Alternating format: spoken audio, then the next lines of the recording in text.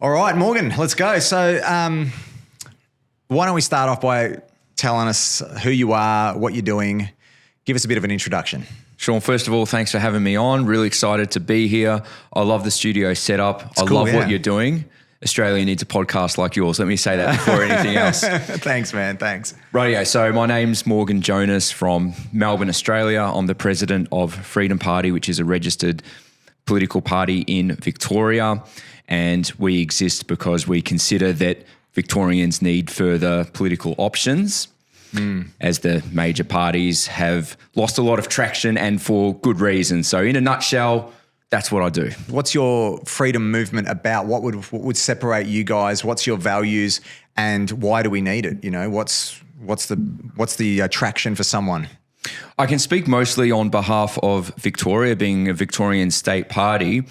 What we've seen emerge in our state is a major lack of difference between the two major parties, Labor and Liberal. So we see the Liberal Party year in, year out, essentially making policy decisions that would cast them in a light more so to the Labor Party. And I believe that they do so because they're essentially attempting to garner votes. They consider the Labor Party to be popular, so they're chasing the party in government rather than, I would say, standing on their own 2 feet and standing for what the Liberal Party was originally founded upon.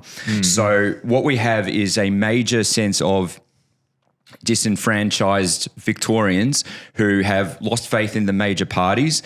Lots of Liberal voters have woken up and said, hold on a second, the party that I've supported my whole life no longer stands for the principles of liberty and limited government and increased rights for individuals and rights for business owners, etc., and they're looking for alternatives. So due to this void, Freedom Party exists. Freedom Party was effectively born, I'm going to say, out of a lack of opposition during the times of COVID-19.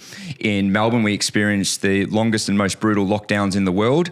And unfortunately, the opposition party was not standing up or pushing back against the draconian measures of the Dan Andrews government.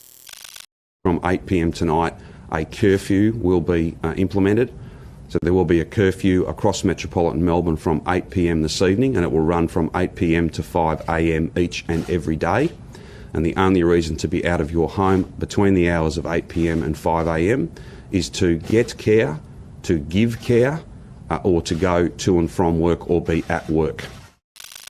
I took it upon myself to start an online show speaking about certain topics that were not necessarily covered by the mainstream media.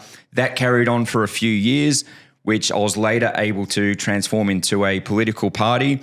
And when we talk about Freedom Party, we're talking about upholding the rights of Australians, getting the government off of our back, going through government departments with a fine-tooth comb, working out where the irresponsible spending is, and measures in order to, I suppose, keep track of government spending. And that's the basic foundations of what we stand for. So I guess with that what would you have liked to have happened during COVID when it comes to pushing back? Have a sip of your coffee. Yeah. With obviously I was here. I got out of Victoria. I was lucky enough to be up here for the whole thing. My brother was in Melbourne. I was watching it from afar and it seemed crazy. What would you have liked in terms of pushback? Where was the demand? What were you seeing happening with Dan Andrews in Parliament there? I think the whole world knows who Dan Andrews is. What sort of pushback would you have liked from, because they were Labor, Liberal was the ones that were meant to, I guess, cross-check them and make sure they were doing the right thing. What would you have liked to have seen happen? So effectively, Labor had a blank checkbook, and Dan Andrews was effectively able to shut down the democratic process in order to push through very onerous policies in response to COVID-19, effectively without scrutiny or no one oversight.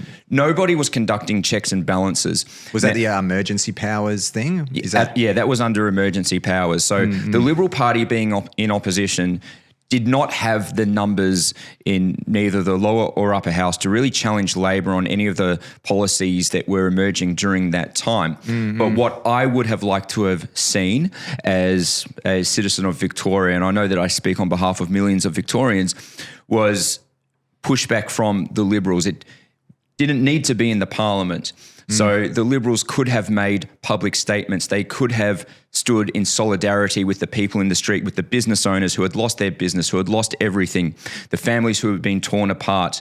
They could have made a bold stance with the people in order to express their opposition to the government, but instead they were mostly quiet. And if they did raise their voice, it was insignificant. So we saw a major absence of opposition in every sense of the word. And that is why in the end, when we had the 2022 Victorian state election, 550,000 Victorians voted for a minor conservative, freedom and or libertarian party. A lot of those voters would have been former Liberals. Yeah, right. So they lost a lot over that. Yeah. They lost I think a lot of people refer to it as an election they lost rather than being beaten, that they lost their direction, they lost their identity, they lost their way. It was a known goal. So let me tell you something. During the lockdowns, the draconian Dan Andrews lockdowns that put so many Victorians under extreme stress financially, mentally at home with their relationships, had the Liberal members of Parliament gotten out, stood on the street, stood in front of Parliament House Spring Street and said to the public, honestly, listen, we don't have the numbers to do anything about these policies, but we're going to stand out here on the streets with the people. We're with you. We disagree with the government and we will stand with you till the end. If the Liberals did that, they would have dominated the 2022 election. They may have made government, but they just simply didn't have the backbone to pull the trigger, even though many of them knew what was happening was wrong. So that gives rise to people like me that have now, I've started a political party. There's some other smaller parties in the field. We're working together, we're coordinating, and we're looking to have a really good result in the next election. Yeah, awesome. So that's what's happening, yeah. When's the next election? So we've got Victoria 2026. Right, okay. So it's between now and then, hitting the streets, trying to get support, campaigning, what's that involve? How do you generate support? Where's your main... Like if people are listening to this and they want to hear more of what you've got to say, where do they find you? What's the way to sort of get on board with this movement? Yeah, sure. So we've got regional managers situated all throughout Victoria running our branches for the party. So regardless of where anybody in Victoria is, they can head on over to freedompartyvic.com.au, sign up for our email notifications, or better yet, become a member. And a member of the team will get in touch with that new person in order to direct them to their local branch, who their local branch manager is. They can get involved in the meetings, they can hit the street, they can get the word out there, because we're active between elections. We're not just waiting for the next election to get our boots on the ground. We bring people together, like-minded people. We put on events, we bring in special guest speakers, and we're really forming a community. So I'd say that we're doing things differently from a typical political party. There's lots of productive relationships that have been cultivated throughout this process. And also the vast majority of people who are involved in Freedom Party, they're not from politics. They're not politicians, they're regular people, business people, their mums, their dads getting together because they see that there's a major problem in our country that needs addressing. Yeah, well, what's it like living in Victoria at the moment?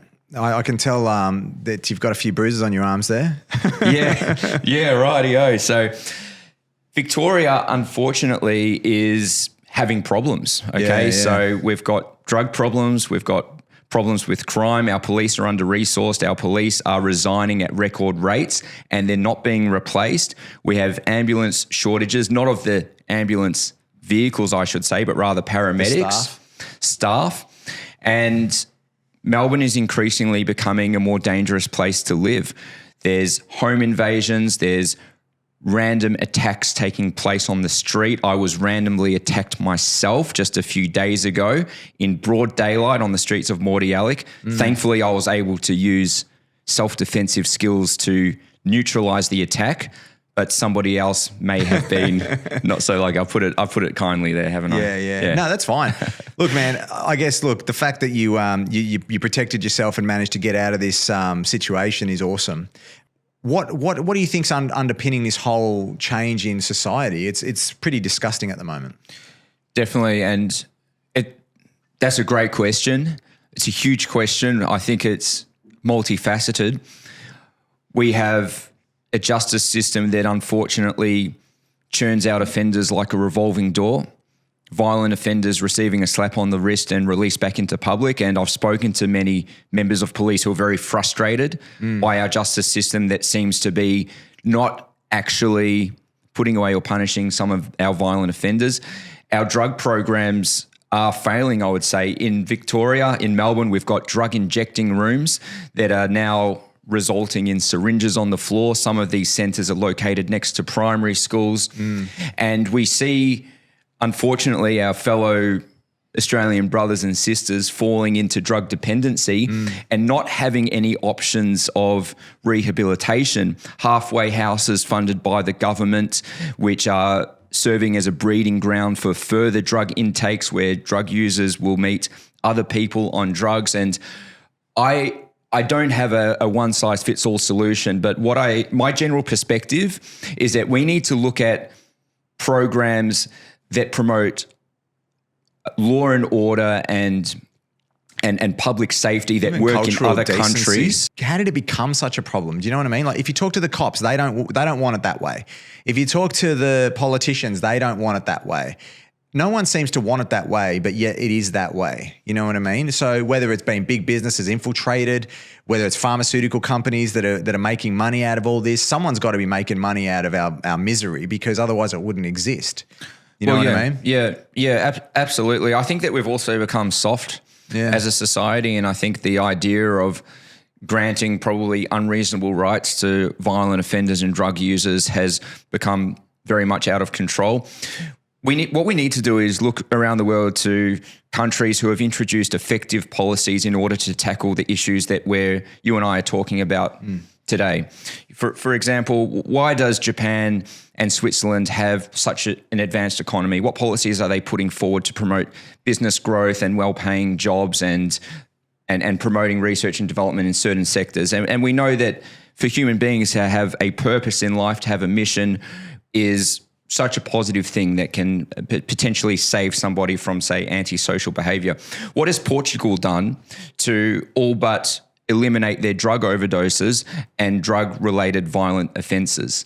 And this is a little area that I've done a bit of digging into, and I feel this is what we need to do in our country. So when we have a drug problem here that's spiraling out of control, why not look to other nations and simply photocopy policy that works? But unfortunately, our elected members of parliament have shown resistance when it comes to adopting, say, workable policies from other countries. Well, I think you're going to get into immigration policy there. Sure. And when you start looking at that, I mean, the first thing that you'll get jumped on is being a racist. Right. So what my question is we know that's a problem. You can statistically prove it's a problem. So why? And when you talk to these politicians who are also agreeing that that's a problem, and they might even agree that that's a solution, but you know that as soon as they go to put forward some limits on immigration or tackle some of these social issues, they'll get attacked from the other side, because that's the problem I have with politics, really. Politics becomes more about power than it becomes about solving the problem. And it's kind of a case of, well, when I'm in power, I'll fix it. But to get in power, I have to sell my soul. And then once I'm in power, to stay in power, I've got to sell my soul. And it just kind of this whole and that's why I think you're a brave man trying to tackle it through politics. And I can understand why other people have decided that the best way to tackle it is through lobbying or activism or through, I guess, social media or other methods to actually tackle the problem. Yeah. Because politics can be a dirty game, and some of the solutions aren't popular. And I'm not sure when you're saying about duplicating policies in Switzerland and Sweden, I don't know what those particular policies are, but I guarantee that when you bring them up, there'll be opposition to them, you know? Well, absolutely. And in order to answer most questions in life, I think you just need to look at the money trails. So we look at the agreements that the public sector has with the private sector and where the funding's originating from, who are the big benefactors, just throwing it out there. When we look at huge funds like the NDIS, etc. Give us an example. Yeah. Well, that's exactly right. So NDIS? Yeah, sure. Well, I don't want to point the fingers or mention any names of any organisations, but if you were to do a little bit of digging, you'll most definitely find some, let's just say, relationships between the private and public sector in relation to this fund that most people would consider inappropriate. Right. Okay. Yeah. How do you go with engaging people? How do you, or are you finding there's more engagement now because people are seeing more homelessness, people are seeing crime in their face? Well, people are feeling it on the hip pocket. So the average working Australian out there, the average family, they're struggling more so than any time in recent history to pay their rent, to afford basic groceries, heading to the fuel pump, and petrol's $2.20. So regardless of whether or not anybody digs, the general sentiment in the public, and I keep my finger on the pulse of the people, is that they know that something is wrong. They know that the people in office are not serving in their best interests. They understand that, say, elected representatives are living a very lavish lifestyle at their expense while they're struggling. Okay, so people instinctually are becoming more and more aware of the failed two-party system in this country, and that is indicative of the fact that both major parties, election in, election out, are losing traction. They're losing their primary vote incrementally, and I think that trend will most likely continue unless there's some type of miraculous outcome. But you made a very interesting point before about, you said something to the effect of politicians trading their values or selling their souls, I think you may have said. And that's very common in this business. So I run a minor party in Victoria, Freedom Party. We're not a typical political party. We're outside of the tent. So we're battling from outside of Parliament to hopefully get some of our members and candidates elected. But what you see time and time again is you'll have a young up-and-coming person get involved in, say, the Labor or the Liberal Party, seems bright, appears as if they want to do the right thing, gets their pre-selection, says all the right things to the party, gets elected to Parliament. From that point, they're in Parliament, they're happy, they achieved their goal, they're walking down the halls, they're on a salary probably larger than what they've ever been on before in their life. They start receiving allowances, vehicle allowances, travel allowances, food allowances. They have a taste of the lobster, they have some champagne after work, they like the lifestyle. And then a bill is presented before Parliament that they disagree with, that they know is wrong. But they vote for it anyway because they would never dare step outside of party lines, because at this point they've become addicted to the drug, the halls of Parliament or the trappings of office. They've become addicted to their $250,000 salary that nobody in their right mind in the private sector would ever pay most of these people, right? The limousine rides, the rubbing shoulders with the media and getting treated like a celebrity. Ego rubbing the status, yeah. Exactly. Status, so what happens when you trade your values for a paycheck once? Well, they've done it once, so they do it twice. Then they do it a third time. And then it doesn't take long before many of these people will simply become a shell of the person of which they once were. And this is why the general public has the conception that politicians are fake, that they're not honest, because so many of these people in office thought they stood for something, but when push came to shove and they were looking at maybe getting kicked out of their party, maybe losing their pre-selection, maybe losing their seat, many of these people said, well, my paycheck and lifestyle is worth more than my values. That's the problem with Australian politics. The average voter is not really, I don't think anyway, voting directly for those policies. They're voting for a bunch of other stuff, and then when the politician gets into Parliament, then we deal with what they actually decided to do. How many election promises have we seen broken? Like that's just a classic thing now. It's not even a big deal. We just broke an election promise. That's okay. It's par for the course. It's not even a scandal anymore, Well, that's exactly right. And this is indicated in the decline in support for Labor and Liberal every single election. The primary vote is dropping, and it will continue to drop because people instinctively understand that when they vote for their typical candidate, whether it's the red team or the blue team, promises get broken and nothing hits harder than the hip pocket for Australians, and Australians are being hit harder than they can remember. So we're going to see some major changes. And what this scenario is creating is effectively a void in the voting market. And this applies to every state and territory in Australia, whereby a growing number of voters have become disenfranchised with the two-party system, and they're now looking for options. So people who were, say, lifelong blue or red team voters are now starting to reconsider, well, maybe they should try something else. Maybe they should vote for One Nation. Maybe they should vote for Freedom Party. Maybe they should vote for the Greens, they might be thinking. And if you ask me personally, I'd recommend not voting for that party. That's my opinion.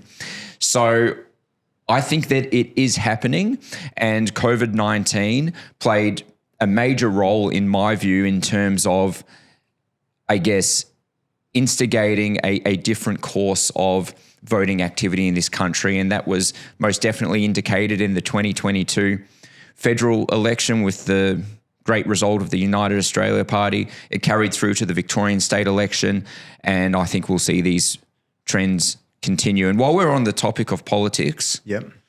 I don't want to forget, I've got a little present for you, Sean. Okay. Just as a little token of my appreciation. Is that what's in that bag? A little token of my appreciation for having me on, and I think the Sean Oscar podcast is going to go through leaps and bounds. What do you And got here? Thanks, bro. go, mate. That's for you. Really That's, appreciate it. It's a bottle of Freedom Party gin. So Nice.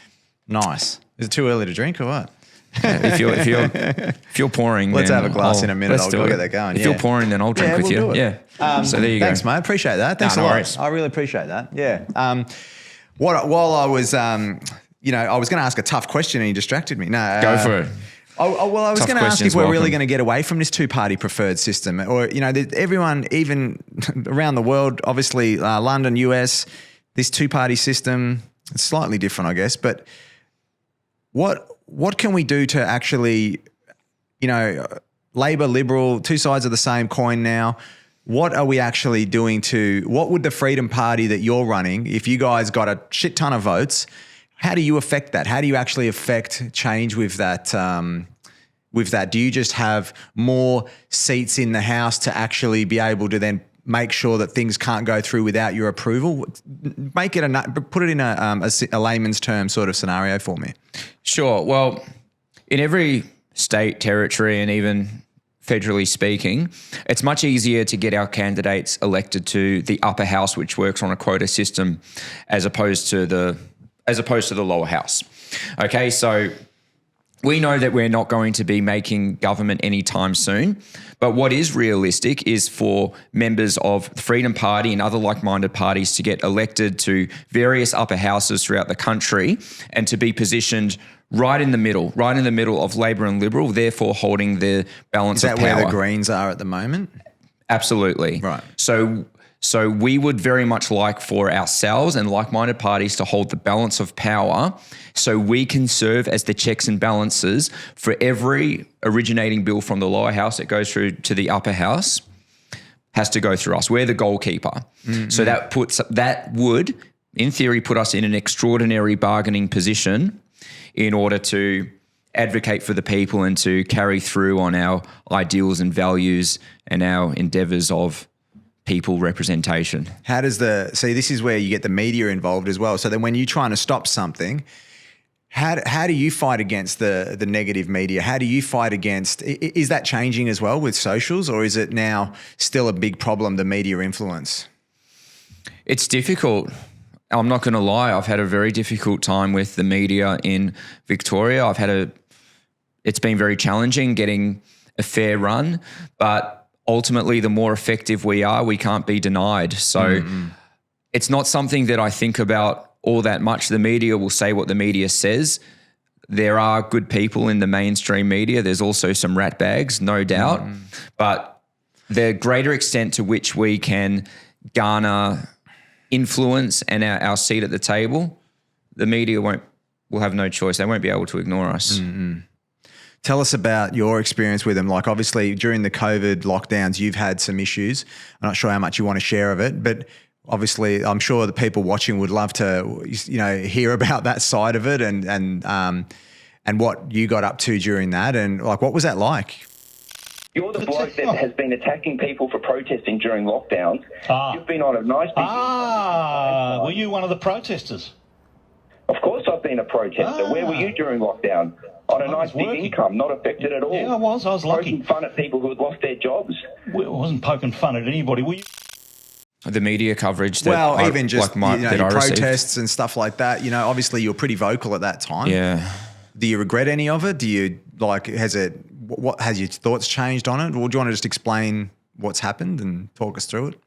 Yeah, sure. So I was already, prior to COVID, I was leading some demonstrations against the former Victorian State Premier Dan Andrews, mostly in response to his unchecked visits to China, where he'd meet with Chinese officials behind closed doors and nobody knew what they were speaking about, what they were signing, whether he was negotiating foreign affairs on behalf of Victoria outside of the Federal Department of Foreign Affairs and Trade. It was really bizarre. The Belt and Road Initiative and all that Yeah, the stuff. Belt and Road Initiative. It was just really bizarre. He's not a foreign diplomat. He's out there playing Mr. Big Man on the world stage with basically no authority as a state premier. It was so bizarre. So I led rallies against Dan Andrews prior to COVID, right? And then COVID kicked in.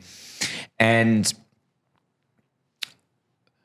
I guess... So when you say you led rallies, talk us through it. What did you actually... Do you get a bunch of people together to protest outside Parliament House? Yeah. I led protests out the front of Parliament House. And look, COVID kicked in, and coming from a business background myself, I was fascinated at the prospect of such a huge supply chain, mostly regarding the COVID tests. And I did quite a bit of reading. And when I say reading, probably I had my head in the books for about 4 or 5 weeks. I wanted to know everything there was to know about the supply chain of COVID tests specifically, who the manufacturers are, where the intellectual property originated from, where the materials are sourced from. How did these new products receive such expedient approval through the Therapeutic Goods Administration, where their policies changed? This is the tests, not the vaccine. No, these were the tests, yeah. So this was 2020. PCR, That's right. Who's which players from the private sector have partnered with the public sector in order to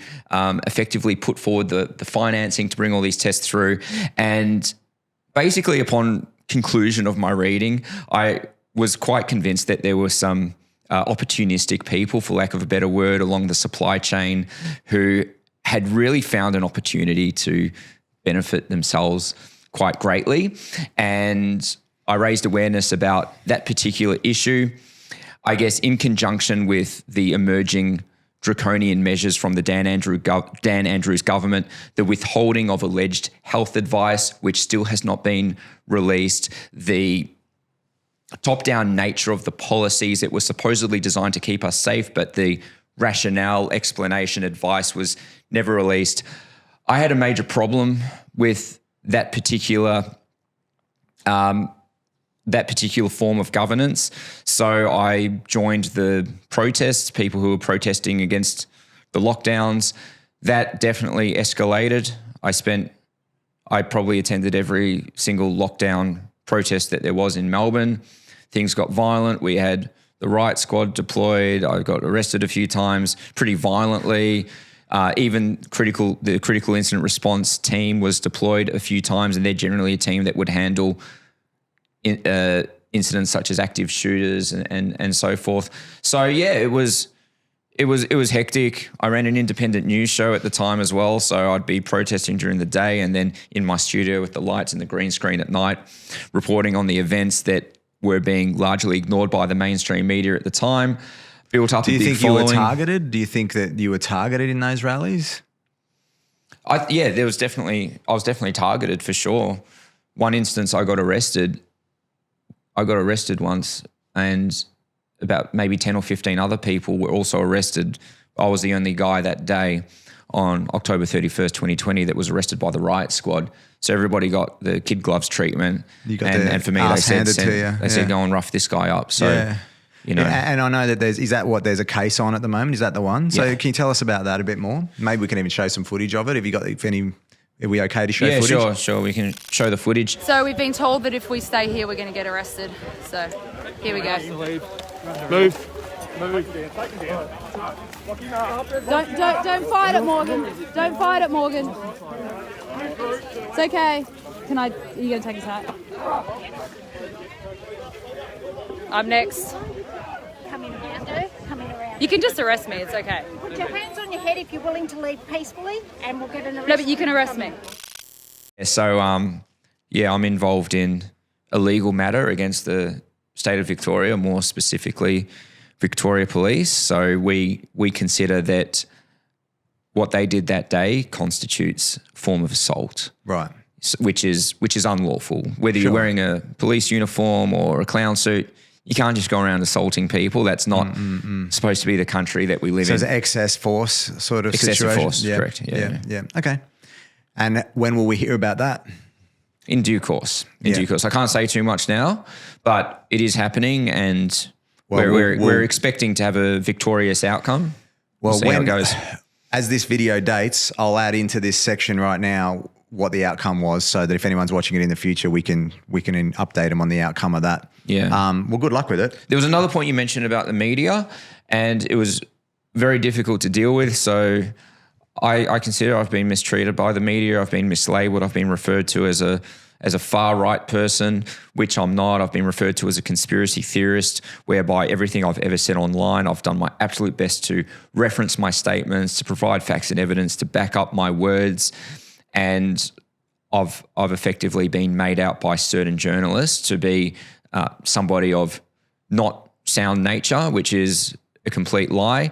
On the other hand, there has been some good journos who have given me a pretty good run as well. So I won't sit here and say that the mainstream media is, quote, bad. I was a bit dark at them for a while due to their reporting, but there have been some really, I would say, honourable journalists who have emerged that I have communicated with, who are holding the torch for journalism within the space of the mainstream media. So the mainstream media in itself, I can't blanket label it as bad. There's some bad actors in there, but there's also some great people. Yeah, for sure. Well, I mean, it's part of the game, isn't it? Yeah. And I think understanding the media and its role is key to being a politician, right? It's critical. Like it's critical. Look at Trump.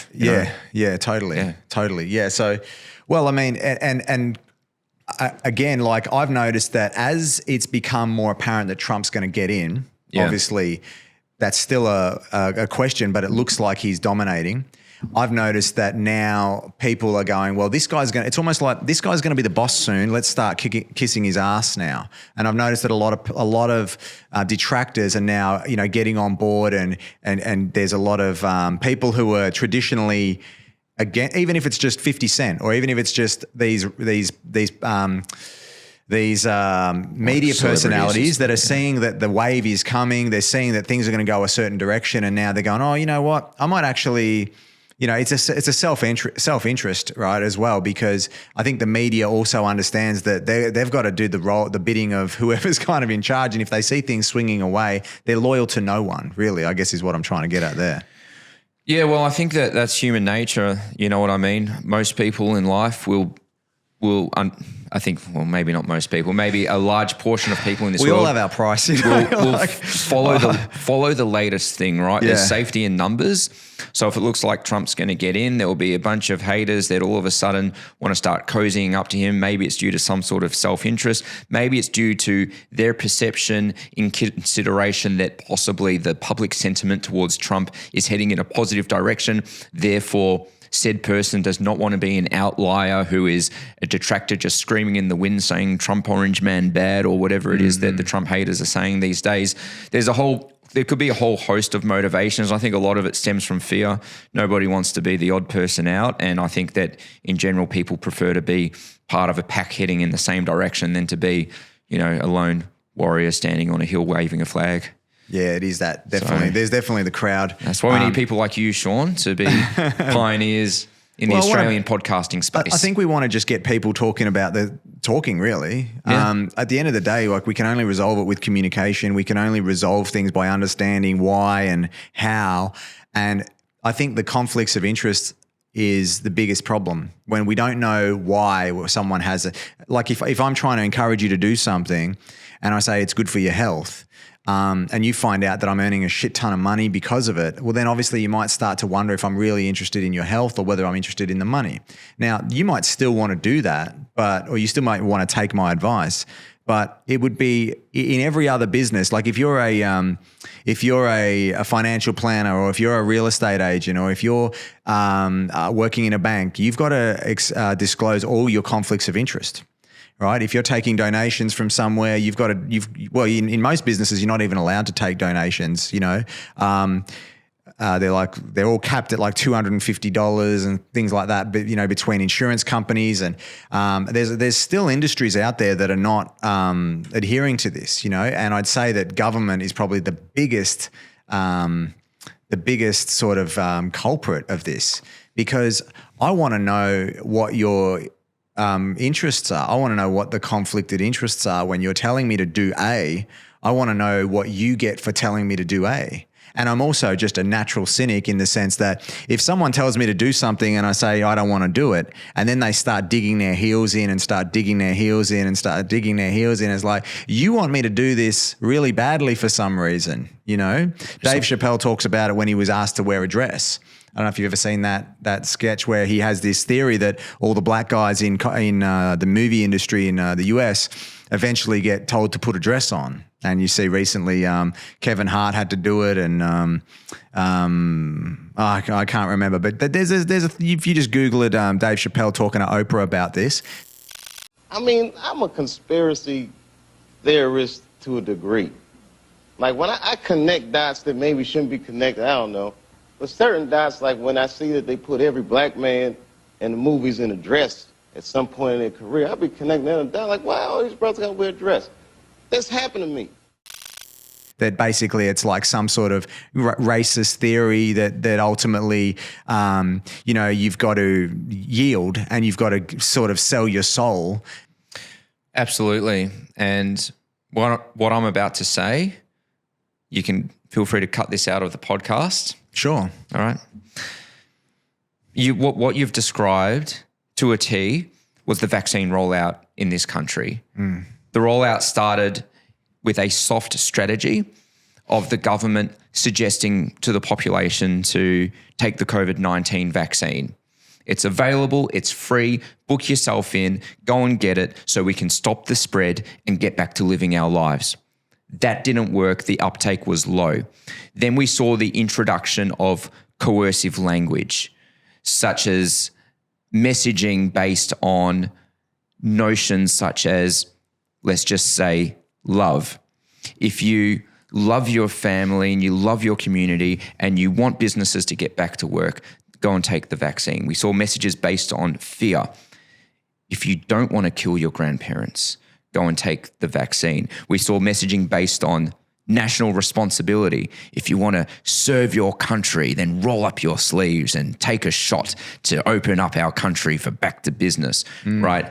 And these messaging studies were conducted by the likes of Yale University, etc. It was very scientific in terms of which messaging attributes would result in the greatest response from the people. The messaging resulted in only a minor increase in uptake, and so that's when the real coercive measures were deployed. Take the vaccine, or you can't send your kids to school, or you can't attend the funeral of your mum, or you can't open your business. Or the real problematic one, which was you can't go to the pub. Exactly right. And we all know that if you deprive Australians of beer, they will do anything. So that's what we saw.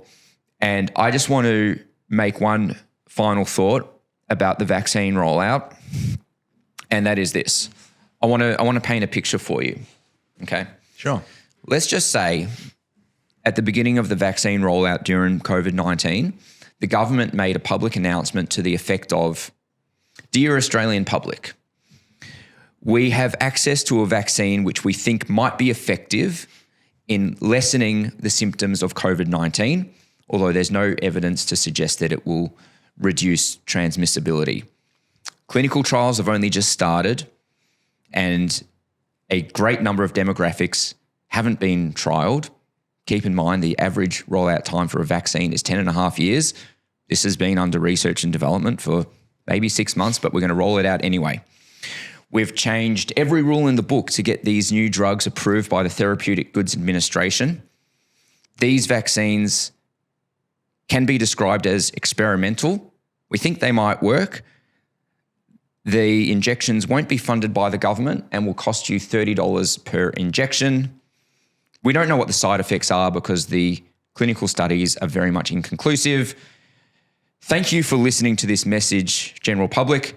You can go and get your vaccine at your local GP. If you want to. How many people, if the vaccine was explained like that, how many people without the celebrity endorsements would have gone and got the jab? Fuck all. Exactly. I think that there does need to be an inquiry. You know, I think at the end of the day, a royal commission into the whole thing, I would love to see.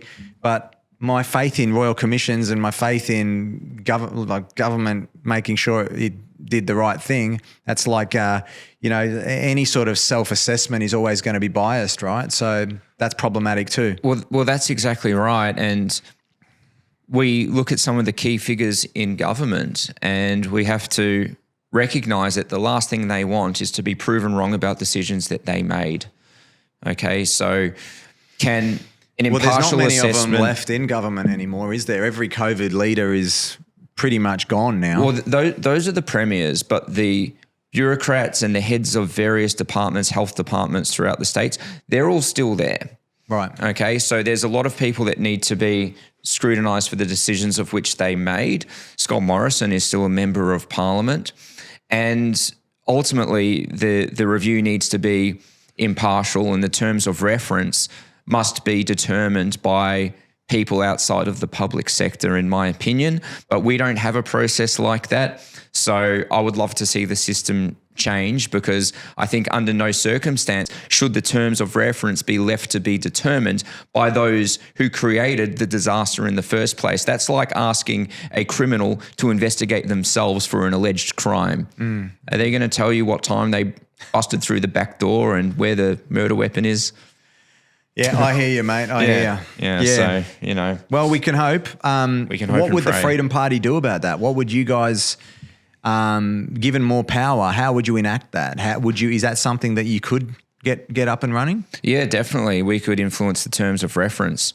So the terms of reference must include a broad range of attributes to really implicate and identify where the problems were made. So it all comes down to numbers in Parliament and the will of members of Parliament to see through a thorough investigation. We don't have the willpower right now throughout our parliaments. There are some great people who would support a thorough top to bottom investigation. There's just not enough of them. So it really comes down to numbers. And I think with the kids of today, like a bit lost, which leads into this, this youth crime epidemic. It leads into, I guess, societal's ills. And you've been on the receiving end of that. Like I mentioned earlier with your bruised arm, like you got into a proper fight yesterday, was it? Was it yesterday? Tuesday evening. Tuesday. Yeah. So a few days ago. 3 days ago, yeah, 3 yeah. days, yeah. Yeah, I mean, like for those listening, Morgan was basically randomly attacked for no reason. Fortunately, is a martial artist, so got the upper hand. But still, no one, even someone who can handle themselves, doesn't like to fight. It's an ugly feeling. It gets your heart rate pumping. You don't sleep well afterwards. He's got some bruised knuckles and some bruised fists. So just give us the play-by-play, and we'll try not to glorify it because it is kind of awesome. We don't want to glorify violence, but Morgan handed this guy his ass, But let's go through it from a rational point of view. Sure, no worries. Well, I've been an advocate of self-defense, and one of Freedom Party's policies leading into the 2022 state election was the introduction of self-defense into Victorian schools, because I think that nobody deserves to be assaulted. Nobody deserves to have any unwanted confrontation without giving consent to it. So, all right, so what happened to me? It was Tuesday evening, 7 p.m, the sun's up, walking down the streets of Mordialloc. I hear an aggressive guy behind me. Is there a swearing restriction on this podcast? Absolutely not. All right, so I'm just going to tell it as it is, okay? Please do. So I'm walking down the street with a friend of mine, and I hear an aggressive voice behind me say something to the effect of, "Where the fuck do you think you're going?" I turn around. There's a guy right in my face walking towards me with closed fists. I say to the guy, well, what are you doing? Just back up, get away from me. Why did he choose you? Like, people are going to go, yeah, you must have done something. So let's just clear that up. What did you do? Did you do anything? No, I didn't do anything. I did absolutely nothing. I was walking along, minding my own business. Somebody approached me from behind. For whatever reason, maybe the look of me triggered this person, and he decided that he wanted to violently confront me. All right, so he got in my face. He wanted to fight. I moved backwards. I put up my hands like this. I said, walk away. You don't want to do this. This is not smart. Just walk away and go about your business. That seemed to actually encourage him more. So he kept walking towards me as I was walking backwards. The threats continued. He was making aggressive remarks to me to the effect of, let's go. Let's go. You're a fucking bitch. Let's go. I'm going to fucking smash you, this and that. Right. I keep walking backwards saying, walk away. You don't want to do this. Go home. Get away from me. There are about 5 people, 5 members of the public standing by, a lot of blokes watching. Nobody did anything. All right. So nobody tried to really, a few blokes tried to verbally dissuade the offender from approaching. But what were they saying? Like, settle down, mate? They were just saying, like, settle down, on, but it wasn't, chill out. It wasn't working. Nobody wanted to really physically get involved. It's hard too, man. I don't blame them. Like, it's hard too. If they're not equipped to deal with that situation, they're just thinking, I don't want this in my life. And I know that ideally we'd want to have this. In an ideal society, good people would band together against bad people. But unfortunately, I can't see many places where there's a strong bunch of men standing around with the confidence to get involved in that. It's true, and that's indicative of other problems in our society. But yeah, when you've got multiple blokes standing around, no one wants to get involved, you know that there's probably some broader issues at hand. So I continue walking backwards. He continues to pursue me. He becomes more aggressive. He's taunting me. He's calling me a bitch. He's calling me a coward. He's telling me he's going to smash my head in. It gets to a point where I've given him at least 10 warnings to walk away. He approaches. I have to act. So I deliver a series of closed fist strikes to the man's head. His knees buckle. I'm able to get in there and neutralize the attack, neutralize the threat. I was able to do what I needed to do to defend myself and my friend. I was with a female friend. She was scared for her safety, as was I. And this is what time of the day? This was at 7 p.m. Still light though, right? It was still light outside. Because people will think that's dark, but just so that the public understand that's listening, it's broad daylight. It's broad daylight. Yeah. It's broad daylight. So, I mean, how much detail do you want me to go into? No, that's fine. I mean, look, and then I guess obviously from that, this guy's busted up. His face is bleeding. I think the thing is that he was obviously intoxicated. He was in drugs. Like, are we able to mention? I guess we don't know. Yeah, sure. But I mean, it seems I know exactly what happens. But this is a broad daylight suburbia in a suburb. It's a family area, and it's quite an affluent area. It's not a shithole. It's not some back blocks of anywhere where this stuff is common. It's creeping in, and I think for everyone watching, their family and friends, there was public around. The brazen attack in broad daylight is wild. And I think this is a real scary, this is what I want people to hear, because if you're not involved, if you're not thinking about this sort of stuff in your neighborhood, if you're not thinking about this sort of stuff, or you think it's not coming for you, like, I think we need to, as a society, start thinking about this stuff. Well, we do. And Melbourne's becoming more violent. There was some unhinged bloke in the city the other week that randomly stabbed 5 people. Police are under-resourced. Police officers are resigning at record rates. Police are struggling with recruitment. We have a lack of paramedics. Why are they resigning? I think that they're sick of our revolving door justice system. I've spoken to a number of members in the force, and they're telling me... So they're putting them away and they're back on the street? Well, they're sick of putting themselves at risk just for violent offenders to literally be out the same day.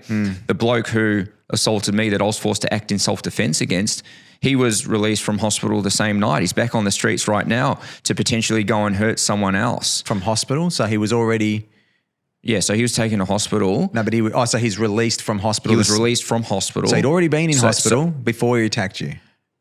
Yeah. That's correct. So what the police relayed to me was that the offender who assaulted me had just been released. He had just been released from hospital, recovering from a violent attack from situation. a stab wound. Okay, Right. so he's come out of hospital. He's high on pain medication. He's gone out. He's had some drinks. He's seen me walking down the street. He said, "I don't like the look of this guy. I think I'm going to try and bash him." It backfired on him. He went back to hospital the same night after the altercation with myself. Gets out of hospital. He's back roaming the streets. He's a dangerous man. He's potentially going to go and hurt someone. He goes into the police station the next day to try to press charges against me. The cops tell him to take a hike because he's the offender. And they've got it all on CCTV footage, fortunately. The CCTV footage is in the hands of the police. But this is indicative of a much broader problem we have in our country. And our streets are becoming lawless, all right? There's youth crime. There's home invasions out of control. There's random attacks. Police don't want to do their jobs because they're unable to put offenders away. And the word I'm getting from members who are veterans in the force is they're sick of all the woke agendas in the police. They're sick of the police marching in the gay pride parades and all that sort of stuff. They're sick of the rainbow days, the rainbow sort of celebration stuff. They want to go back to bread and butter policing, but the police force has become woke. Violent offenders are getting a slap on the wrist. Youth criminals who are dangerous, who are invading homes and using knives and using guns are not getting reprimanded by the law. They're getting sent back out into the streets. The justice system is signalling to youth offenders that they're allowed to act like gangsters. They're allowed to steal cars and post it on Instagram. They're allowed to rob people at knife point, but because they're 16 or 17, they're not getting punished, okay? And it is exacerbating the problem. One of my members had her home invaded about 2 weeks ago. One of my assistants was driving home the other day. There was some guy drunk with his shirt off, jumping up and down on a car roof in a nice suburb. People are getting scared and the police don't have the resources. There's not enough paramedics. The justice system's churning them out. The cost of living is going through the roof. Housing affordability is crashing. And when society descends into such a state, the response to that is increases in crime, violent crime, home invasions, robbings, theft. And that is the trajectory of Victoria, and that will continue to be the trend unless we see some major political change in our state. And that's why I'm involved in politics. That's why I do what I do, not because I like politics. I don't like it. I don't like the people involved. Most of them make me sick, to be quite honest with you. Politics is just a vehicle that I've chosen to try to be a force to contribute to change. All right, I'm not trying to build myself up as the savior of anyone. No, I'm not. I'm just one guy who I think I can contribute to moving the needle a little bit. At the end of the day, if Freedom Party can be effective in helping to instigate change and nobody gets elected from my party, I'm good with that. Yeah. I find a lot of these people, I don't find them to be the sort of people I'd want to hang out with, that I'd go to the pub and have a beer with. So we just want to contribute to saving our state, and that's what we'll keep doing. Well, what you said about the woke agendas, I mean, we notice it in the defence forces too. I've seen this this move to being, well, I think to put it bluntly, the defence, and this is again not just in this country. What you're describing is happening in most Western countries, and the shift is also happening. It's if politics was a dance, I'm not sure if I said this before, but if politics was a dance, it would be a slide to the left and a step to the right, because I think what happens is people embrace progressiveness, people embrace this idea, and things shift left. And I think what everyone's afraid of is a snap back to the right that's overcorrecting, which I think we've had that both ways. We've had an overcorrection on one direction, and now I think we what people on the other side would be worrying about is that there's going to be an overcorrection to the right. But obviously, change has to come some way, because things aren't working. It's apparent. When things aren't working and it's not noticeable, I think that's kind of a politician's wet dream, right? When they're getting all this nonsense going on in the background, all their kickbacks, all their dirty deals and that, and no one's really worrying about it. And especially when it's white collar, no one really cares that someone sold a bowls club for $5 million when it should have been sold for $50 million, or someone got a mining deal over here. That sort of stuff doesn't affect the everyday person too much, and it's only people who are interested in politics that actually notice that stuff. Yeah, that's right. No one cares. What we're dealing with now is, hey man, my son was walking home from school and kids jumped him on the train. What we're dealing with now is I saved up a bunch of money and I've realized that I need to save twice as much of that now if I want to buy a house.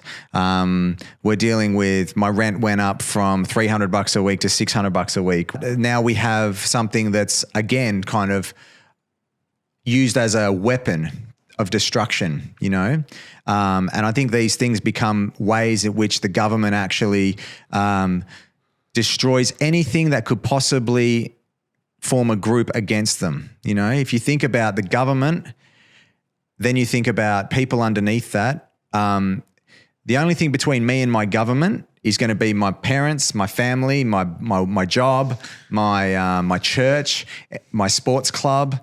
These are all things that have now been infiltrated. Everything has been infiltrated. The last thing left really to be. So I get my politics from my sports club. I get my politics from my work. I get my viewpoints from my, my public transport tells me how I need to, what the rules of my culture are. Yeah. So the only thing that's actually in the government's way are these last few sort of bastions of individuality, and they're under attack. So I agree with everything that you're saying. The biggest questions are, why is this destruction taking place, and who exactly is responsible for it? This is the question. We see these observations and we see the atomization of society into tiny little units of loneliness. Tiny little segments, right? Yeah. Movements broken apart, family member against family member, pro-vaccine versus, lack of a better term, anti-vaccine, yes versus no, red versus blue, trans versus something else. And when human beings are broken down into such small competing groups, it of course makes the common man, woman, family a lot easier to control by powers to be. When there's an incentive for the disintegration of the family unit, it provides, of course, a dependency on a dependency is created, right, for certain people to receive government housing and funding, and the government gets to step in and look like the savior. Well, we're building 2,000 more public housing units, and we're going to increase Centrelink to A, B, and C, which of course is not the problem. We want our fellow Australians to be empowered, to have meaningful relationships, to keep more of what they earn, to have a real go at building a small business without getting bogged down with a never-ending series of red tape. Like, who wants to be dependent on the government? Well, I think that's just another part of what you were saying is like, we want Australians to have all this. A lot of people have been conditioned into it, though. Yeah. I think a lot of Australians have effectively become institutionalized into depending on and viewing the government as a source of sustenance for their existence. And so there's been a culture shift, there's been a mindset shift. The government has sought to position themselves as a single source of truth, a provider of life, opportunity, and a platform for meaning and happiness. And we need to break this trend very quickly, because a message I'd like to convey to the Australian public is that if the government can control, if the government is responsible for all we have in our lives, the government is also capable to take those things away. Exactly. So why do you think this is happening? Let me ask you that, Sean. 1 second. And let's converse about your question while I open this gin. Go for it. You said cameras are rolling, right? Yeah, they're rolling. Yeah, they never stop. So you said to me, first off, I'm going to say, if you bring me a gift and it's alcohol and, it's a Saturday, we're going to drink it. Sure, let's do it. What was Am my I going to be question able to to you? open this? Oof. Go for it. There you go. Shameless plug for the Freedom Party here. Freedom Party of Victoria. I love it, man. No other party in Victoria has Gin. alcohol. I had to say Victoria because I believe Pauline Hanson has a rum. Oh, does she? Yeah. Oh, we'll get some of that.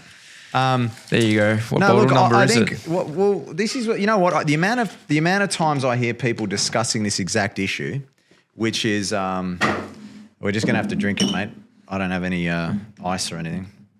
Is that okay? That's fine.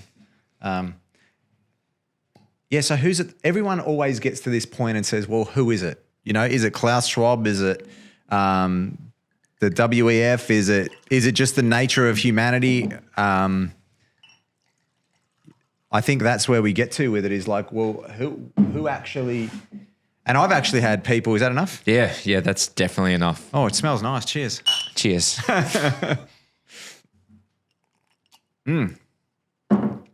We can do that. Oh, we can do that. That's nice, huh?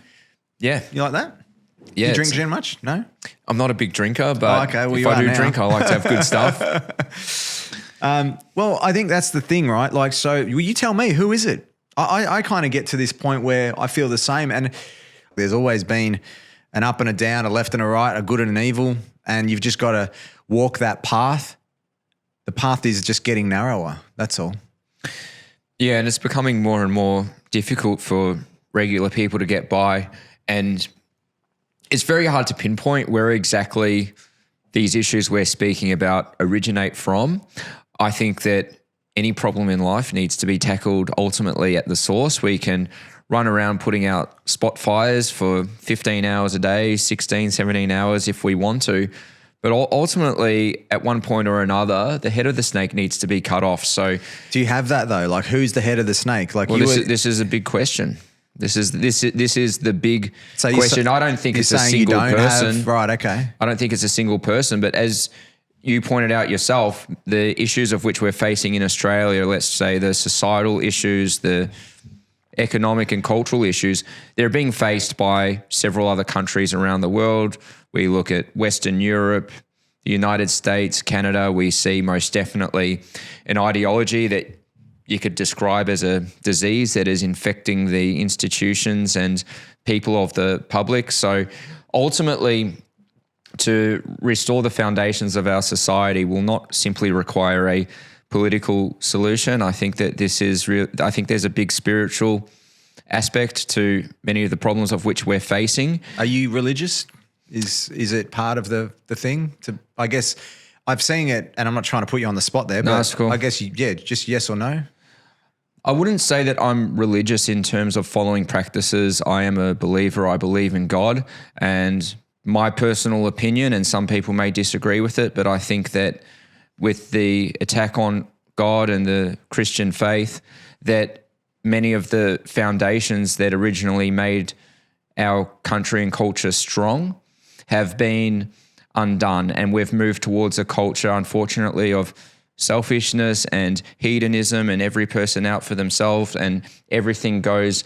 And along with that, we've seen the degradation of many aspects of society and throughout our institutions. And I do think that if we want to speak broadly in terms of Western civilization, I think unfortunately our moral compass has been somewhat cast out into the wind, and there needs to be an effort to bring it back, because I think life's not all about any individual doing what they think happens to feel good at any one given moment at time. I don't consider that freedom. That's not what the Freedom Party stands for.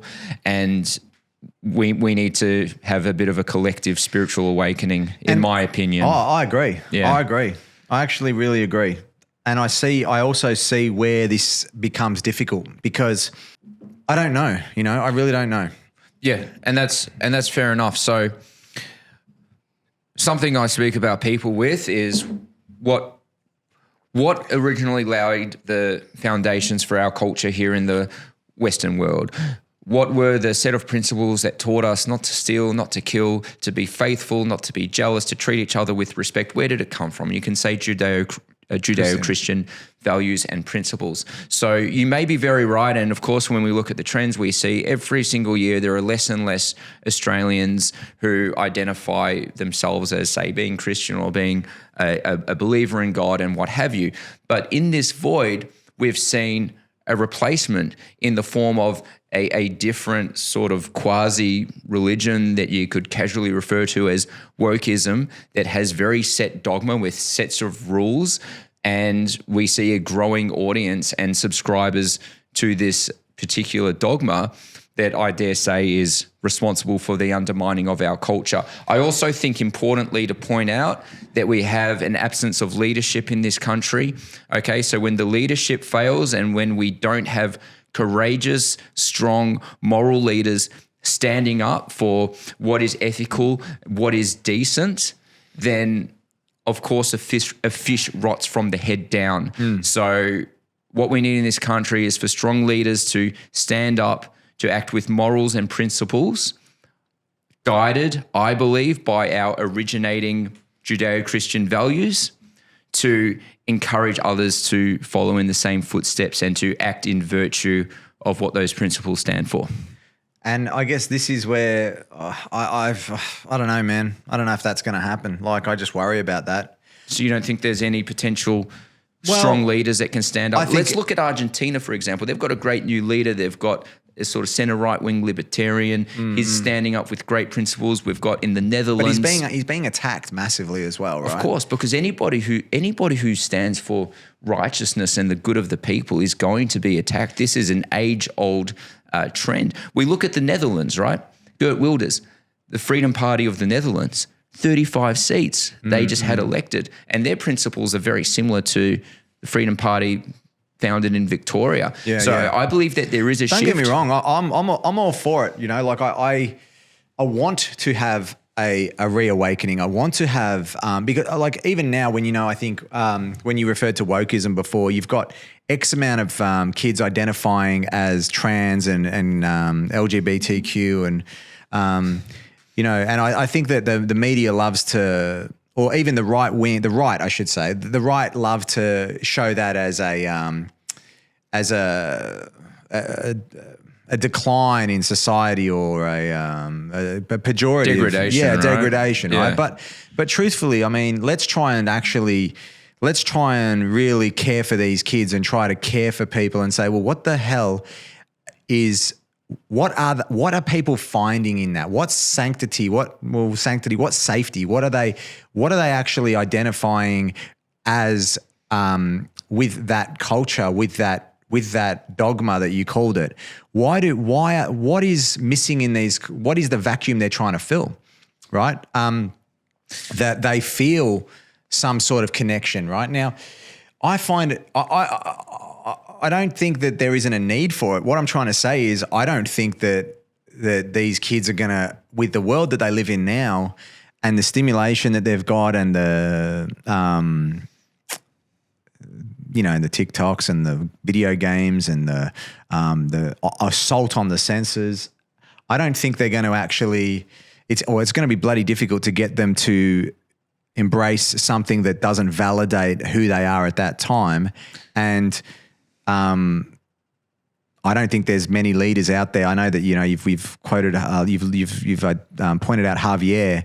I don't think many of these kids are going to get behind that guy, and maybe until they need to.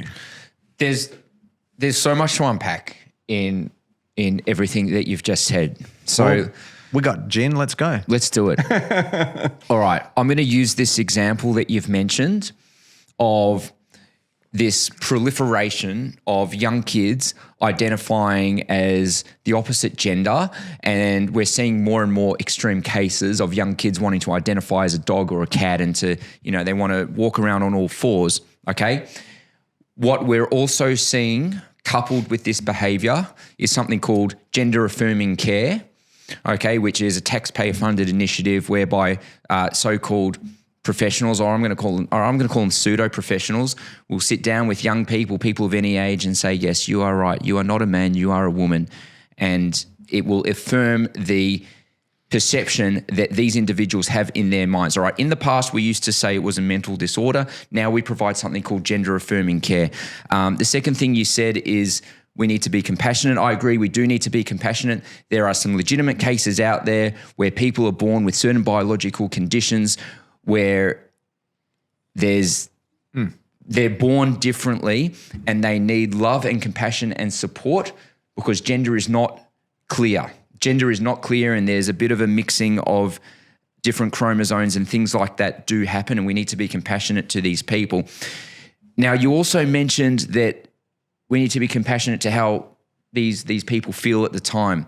The question is, are these children just feeling like they belong to a different gender, or is it the education programs in our country that are failing the children?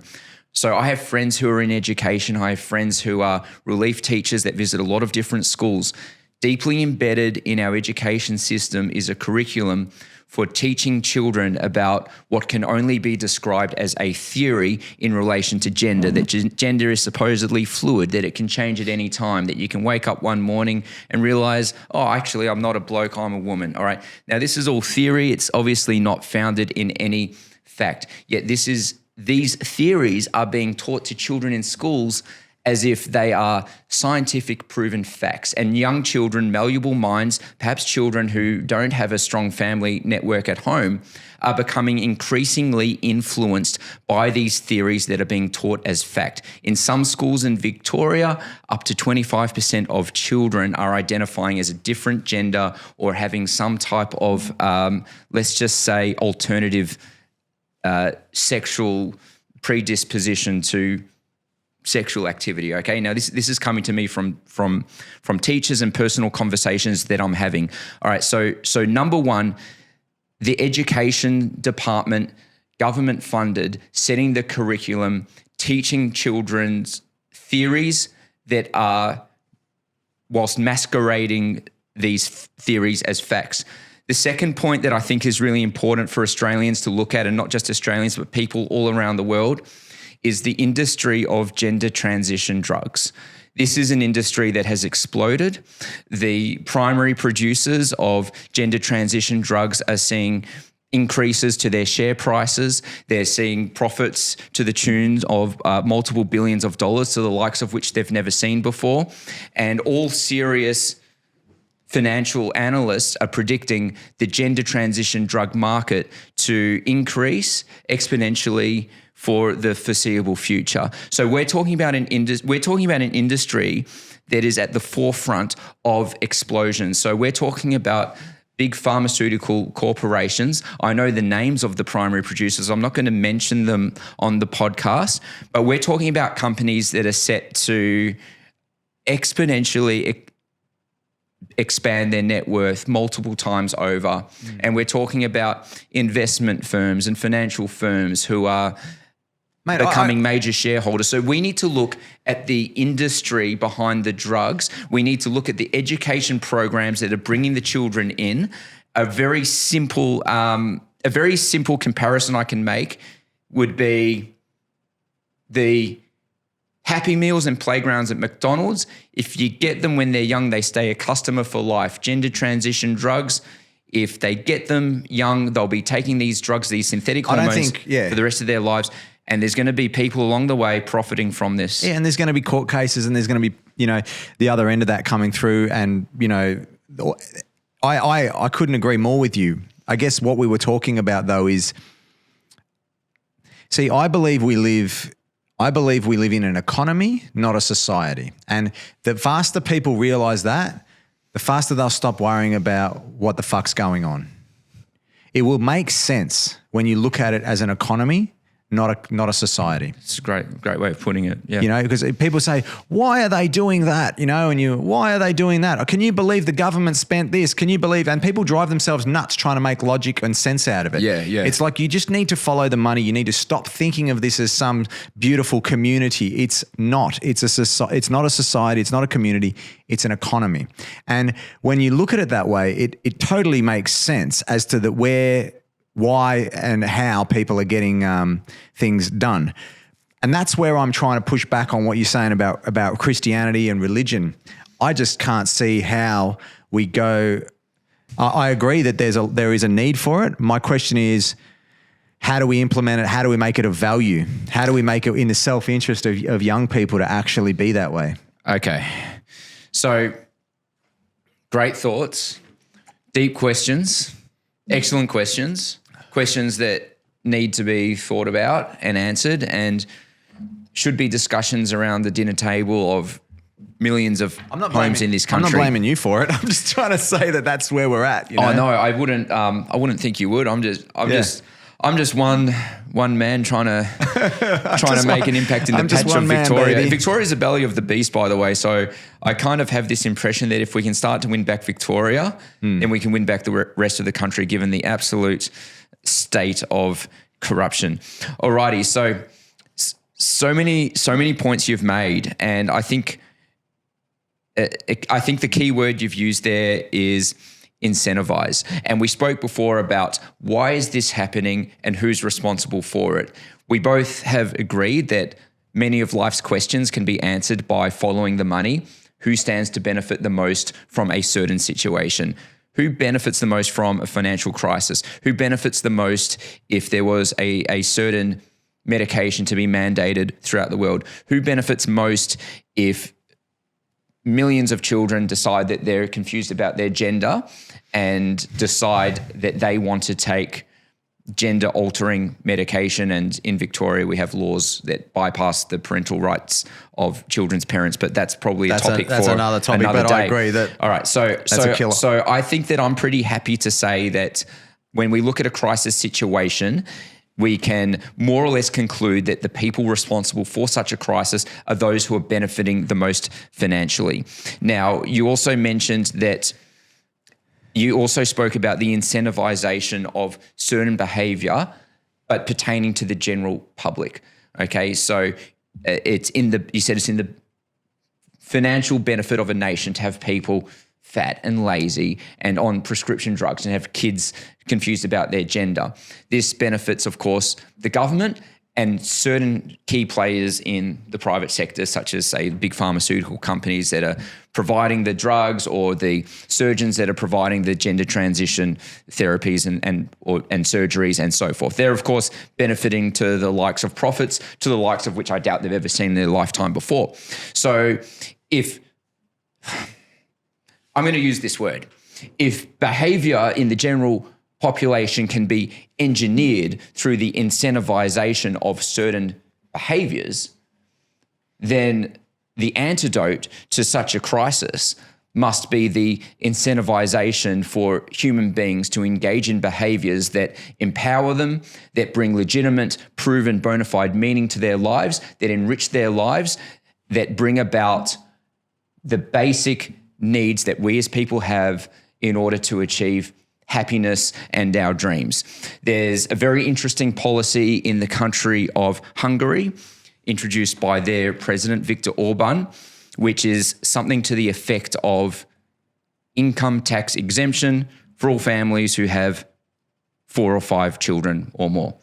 The president said, hey, we want more Hungarians in this world. Have 5 kids, you won't pay income tax again for the rest of your life. So what I would love to see is the incentivization for behaviors and activities that are proven through thousands of years of human existence to bring about joy and happiness to our lives. And there's many people who are skeptical that will say, well, that just sounds like a John Lennon song and it's not possible. My answer to that is that if everybody took a perspective of doom and gloom and it's all too hard, then we may as well just give up and think about ourselves and not our fellow humans. Yeah, I couldn't agree more. Again, the incentivization, though, this is the problem. If you're going to sit here and tell me that we've got these things that are follow the money, we've got kids that are on medication, we've got bad food, we've got this, and this, we need something to replace that. And that's what I'm sort of thinking as well. It's like, okay, so we're going to incentivize living differently. We're going to incentivize eating better. We're going to incentivize, kids playing sport. We're going to incentivize things. Well, we need to be able to show that we can make some profit from that. I couldn't agree with you more. And that's the other side of the coin. So I think we've spoken about culture and human behavior. We've spoken about degradation, aspects of human happiness, which can be incentivized in a way. But then, of course, you're absolutely right. We've got a market, we have an economy. We look at the state of Australian economic complexity, and if I'll be honest, it's actually quite embarrassing. We used to be a great manufacturing country. We rank very poorly in terms of our production diversity. You mentioned the service industry. Of course, there's tourism, there's mining, the offshoring of unrefined resources.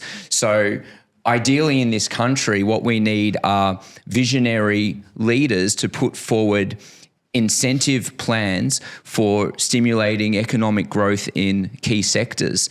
And our leaders haven't come up with any great ideas. If we look across the pond to countries such as China, which of course has been through major economic growth. Let's look at the past 40 years in China. Now, just to put on record, I'm not here supporting the Communist government of China. They do lots of terrible things, but there's some things that they do very well. And one of those aspects is incentivizing industrial growth, and they have various strategies for doing so. The Chinese government may put out a notification to certain key players in the private Chinese sector. All right, as private as it can get. I'm going to say, I'm inverted commas. You know what I mean? To the effect of, if a technology company can produce technology A, B, and C, said company will receive the next 5 years corporate tax free. Okay. We also, when we look at the most industrial diverse countries around the world, we see a few things in common, such as low corporate tax rates and incentives for innovation, which of course attracts investment, foreign investment, jobs creation. Businesses can keep more of they earn to invest in research and development. Whereas in Australia, of course, we have a lot of regulation, a lot of red tape. I think we see our innovators and key entrepreneurs, a lot of the time inventors, moving overseas. So we ultimately need different business conditions to allow for Australian creative minds to flourish in this country. I'd like to see the introduction of special taxation zones where certain new industries of tomorrow can function with tax incentives, once again, thus resulting in the great aspects such as investment and research and development. And we've seen a lot of countries. We've seen America do this. Well, the problem you got with, I mean, when you're dealing with competing with third world countries, you've got the regulation and red tape is the biggest issue, I reckon. It's not so much the taxation, but the health and safety standards. You know, these guys can work in environments that we couldn't accept over here, and that's another issue as well. We need 5 people to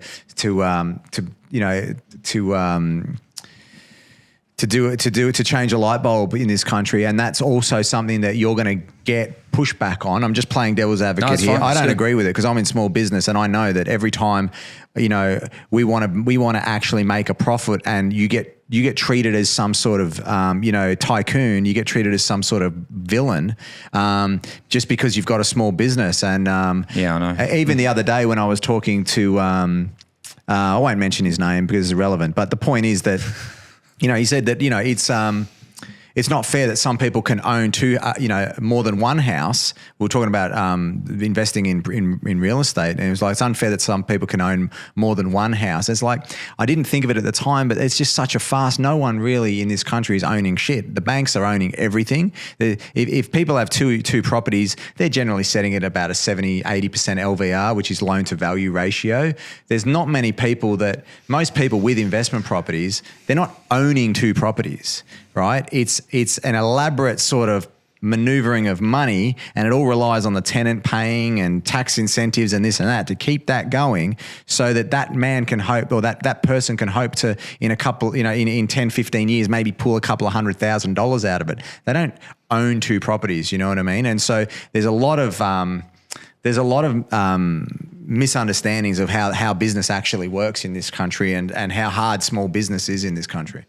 Well, absolutely. And I think the biggest lack of understanding regarding how business, money and economics works is most notably demonstrated in our parliaments via our politicians, many of whom have never been in the real world. They've never picked up a hammer, run a small business, right? They graduated from, maybe they got an arts degree or something to that effect, got a job in an MP's office, made it to Parliament, and then is wearing a ministerial hat of Minister for Small Business or Minister of the Economy. And they literally have no idea how money works.